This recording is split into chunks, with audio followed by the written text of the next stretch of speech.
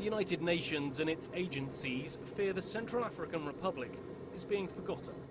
We will not forget you. We will continue to work with you, and we need the world to work with us. They come to the center The executive director of the UN's World Food Programme, Catherine Cousin, has visited C.A.R. to highlight the desperate situation hundreds of thousands of people are facing, but also to call on the international community to do more. The people who have been affected by the crisis here in Central African Republic are not only being forgotten, they are now being ignored. A year of conflict has killed thousands and left many more malnourished. It's not surprising. People have been uprooted from their homes, they've lost their jobs, health centers don't function, kids get sick, mothers can't get their kids to health care, they don't have the money to buy food, even if the food is available in the market. It comes at a time when peacekeeping efforts in Africa are already stretched.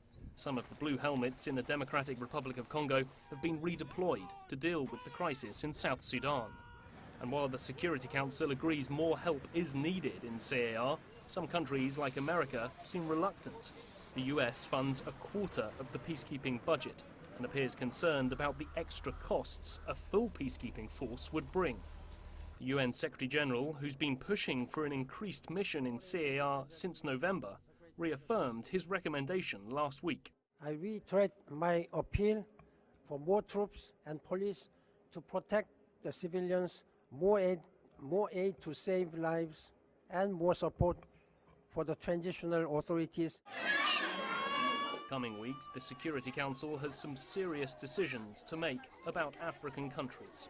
It needs to decide whether to extend the UN mission in the DRC, whether to keep more troops in South Sudan for longer, and whether to send a full peacekeeping mission to the C.A.R.